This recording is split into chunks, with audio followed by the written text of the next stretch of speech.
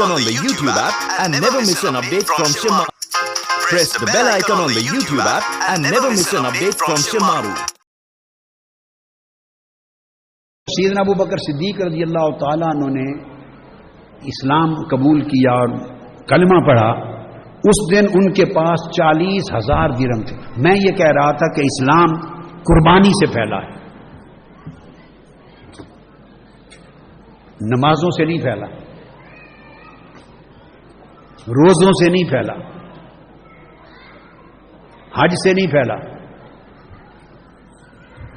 یہ فرائض ہیں، ارکان دین ہیں، ایمان ہیں، مگر یہ جو اسلام دنیا میں پھیلا، فروغ پایا اور شہر مدینہ کی ایک چھوٹی سلطنت ایک عالمی گلوبل امپائر بن گئی، یہ قربانی سے پھیلا۔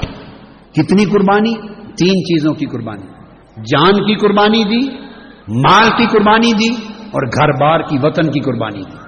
لوگوں نے ترجیحات بدل دی تھی۔ جب وہ آقا علیہ السلام کے صحابی بن گئے تو they change their priorities of life, ان کے preferences all together they were changed. ان کی زندگی صرف وقف تھی، ہر وقت جب اللہ رسول مانگے زندگی دے دیتے، جب اللہ اس کا رسول مال مانگے مال دے دیتے، اللہ رسول گھر بار مانگے چھوڑ کے ہجرت کر جاتے۔ اور قرآن نے لومۃ لائم کہا، عزت و آبرو مانگے وہ بھی دے دیتے، بھلے کوئی گالیاں دیتا پھرے، پرواہ نہیں کرتے تھے، ہر شے اللہ رسول کی رضا کے لیے لٹا دیتے۔ یہ جو سیکریفائس تھی اور یہ جو بیہیویئر آف سیکریفائس تھا، قربانی کا طرز عمل، اس نے اسلام کو پھیلایا۔ اب سیدنا صدیق اکبر جب ایمان لائے، 40,000 درہم تھے، آپ نے ایمان لاتے ہی جو غلام ایمان قبول کرتے تھے نا، غلام غریب لوگ، اور ان کو سردار مارتے تھے، تو حضرت صدیق اکبر اس محلے میں جاتے، جس کی خبر ملتی نا کہ اس نے اسلام قبول کیا اور مالک اس کو مارتا ہے، اس کو مالک کو منہ بولے پیسے دے کے غلام کو خرید لیتے، شام کو آزاد کر دیتے۔ جہاں خبر ملتی ایک غلام، ایک sleeve, just a poor person. اور اسلام قبول کرنے والے وہ لوگ تھے جن کے کپڑے نہیں تھے، جن کے بدن پر ایک چادر تھی، نیچے ڈھانپتے تھے تو اوپر کا دھڑ ننگا ہوتا، سونے کا بستر نہیں تھا۔ دے ور ایدر سلیو اور extremely poor and the weakest people of that community.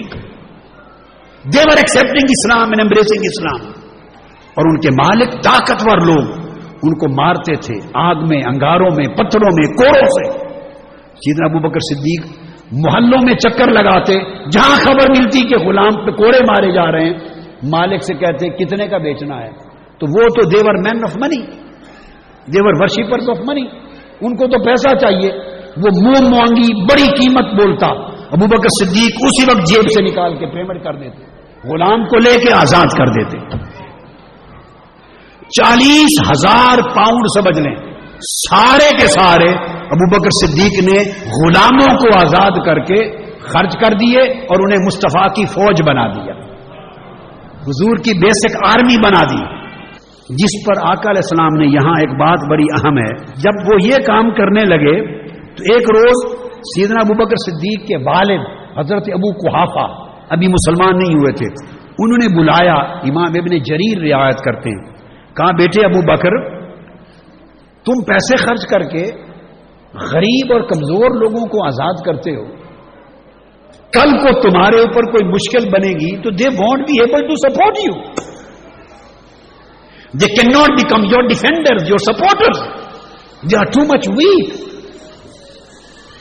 ان کے پاس کوئی حیثیت نہیں۔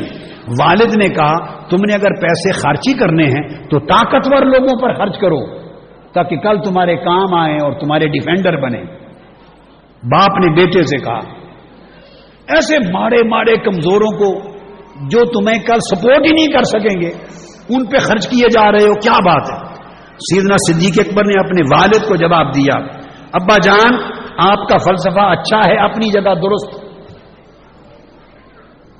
مجھے آپ کا فلسفہ نہیں چاہیے، مجھے رب کی رضا چاہیے۔ میں خرچ کرتا ہوں پیسے اس شے کے لیے جو اللہ کی رضا میں پوشیدہ ہے۔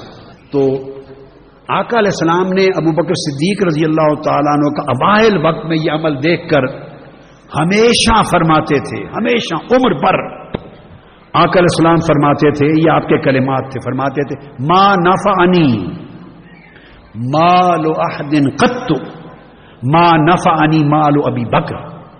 فرمایا جتنا میرے مشن کو یعنی مجھے یعنی میرے مشن کو ابو بکر کے مال نے، پیسے نے، ابو بکر کی ویلتھ نے جتنا بینیفٹ پہنچایا ہے اتنا فائدہ کسی کے مال نے مجھے نہیں پہنچایا.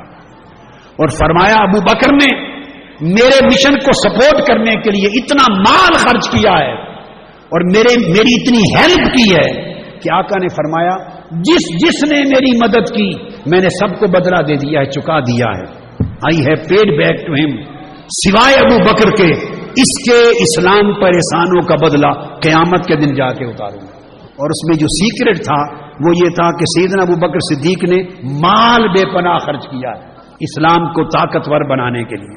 اور قرآن مجید کی آیتیں سورہ اللیل آپ سمجھیں 21 آیتیں سورہ اللیل کی، کتنی؟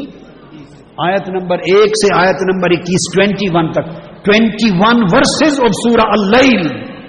یہ ساری 30 آیتیں سیدنا ابو بکر صدیق کی اس شان میں اتری کہ وہ مال خرچ کرتے تھے، جو کماتے خرچ کر دیتے تاکہ ٹو اسٹرینگتھن دی دین of Islam and mission of prophet Muhammad صلی اللہ علیہ وسلم. اس پر وہ آیتیں اتری. I am just reading the last verses. فرمایا وَسَيُجَنَّبُهَا الْأَتْقَى الَّذِي يُؤْتِي مَالَهُ يَتَزَكَّى وَمَا لِأَحَدٍ عِندَهُ مِن نِّعْمَةٍ تُجْزَى إِلَّا ابْتِغَاءَ وَجْهِ رَبِّهِ الْأَعْلَى وَلَسَوْفَ يَرْضَى. فرمایا یہ وہ شخص ہے سب سے بڑا متقی جس کو دوزخ سے آزادی کا پروانہ مل گیا. وائی؟ آقا نے فرمایا وَسَيُجَنَّبُ، پروانہ، ڈاکومنٹ، ڈگریڈ، اناؤنسمنٹ، ڈیکلیریشن مل گیا کہ the hell fire will never touch Abu Bakr Siddiq. کیوں؟ کہ یؤتی مالہ یتزکا، اس نے اپنا مال میرے دین پر اتنا خرچ کیا ہے. Hell fire will never touch his body. مال خرچ کیا ہے میرے دین پر. اور پھر قرآن مجید نے کہا وہ مال اس وجہ سے خرچ نہیں کیا کہ اس پر کسی کا احسان تھا اور احسان کا بدلہ اتارنا چاہتا تھا، نہیں، صرف اللہ کی رضا کے لیے، صرف اللہ کی.